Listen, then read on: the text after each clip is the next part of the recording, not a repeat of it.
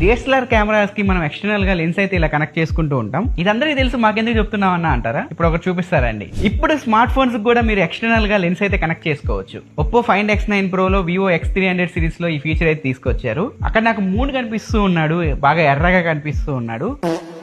ఈ lenses use చేసి photo తీస్తే ఎలా వస్తుందో ఒకసారి చూపిస్తారండి.